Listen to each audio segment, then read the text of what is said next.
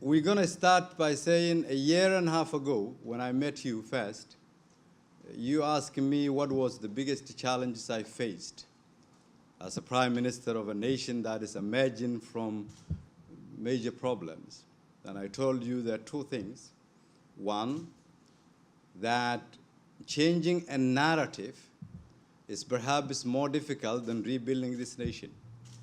You asking me why, and I told you there is this difficulty in getting people to understand that they shouldn't see Somalia for what it is or what it has been, but they should see Somalia for what it can be.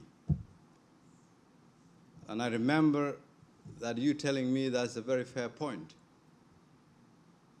And I also remember that when I said to you that the world has been investing in Somalia for close to 30 years, with perhaps very little return, we're seeking partners who understand the challenges we face, willing to invest, but willing to take a little bit more risk.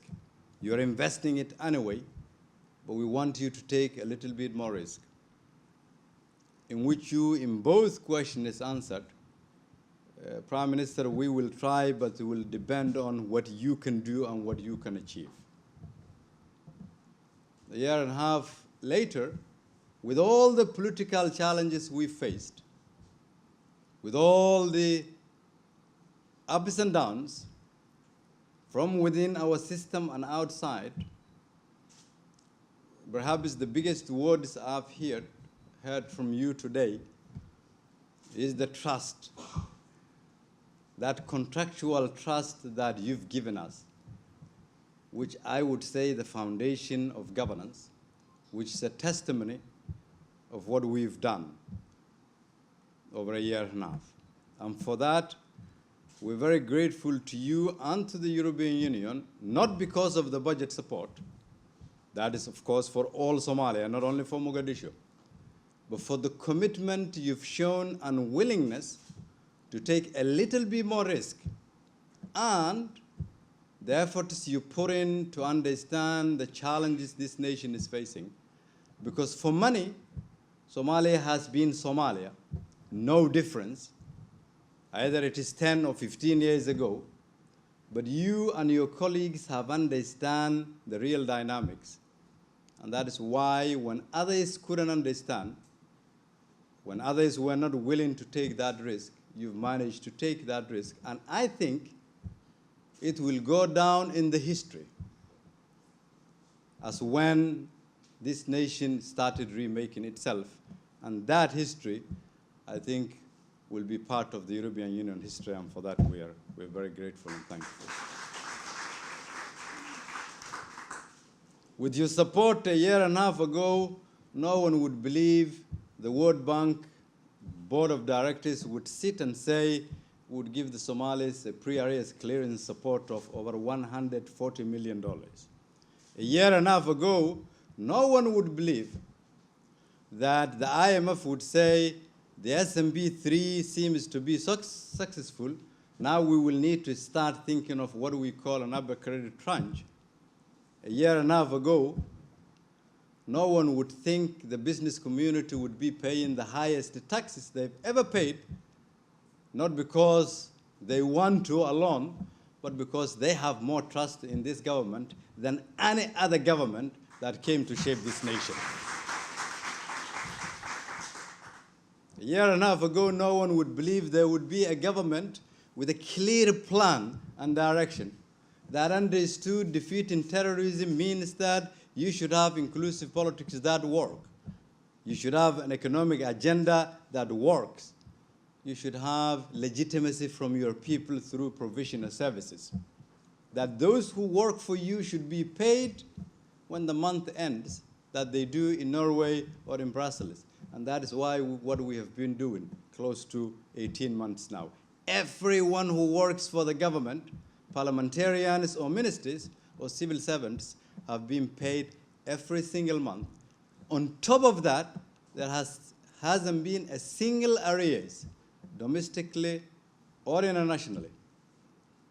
The governments who came before us has managed to accumulate arrears locally only of $70 million, close to $70 million, while we as a government have managed to keep a clean sheet.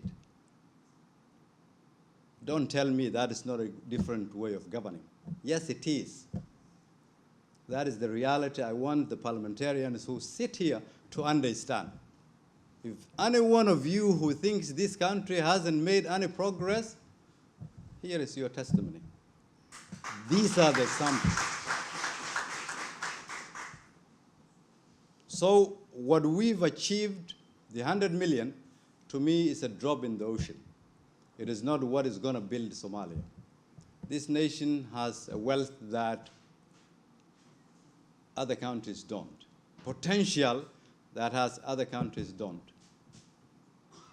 A youthful population that can turn a page, who can rebuild this country.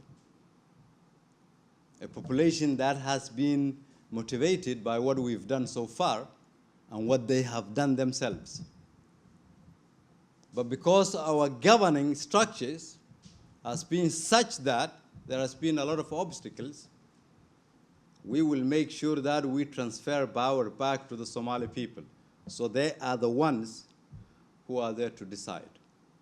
It is our job to be accountable, not only to you, but to the Somali people. And the government, the president, and I will make sure that every penny you've given to this government will be accounted for. This money also is meant for the federal member states, as you put it perfectly, and we will have to share with them, give them budget support, but also in an accountable and transparent manner, because accountability is a two-way street. The benchmarks and the requirements the European Union wants from us is also the same for the federal member states. And we will make sure that we lift this nation together from the bottom to the top. So, because the European Union works with us very closely, both here and in Brussels, understands the challenges we have as a nation, took a little bit more risk in us, and trusted us more, we've also shown that this nation is a nation that can be trusted. If there's anyone out there who still believes that Somalia is a failed state, I want to tell them today that Somalia is a functioning nation that is progressing, and we will continue building, and there is more hope than ever before, and we are very grateful for your support. Thank you.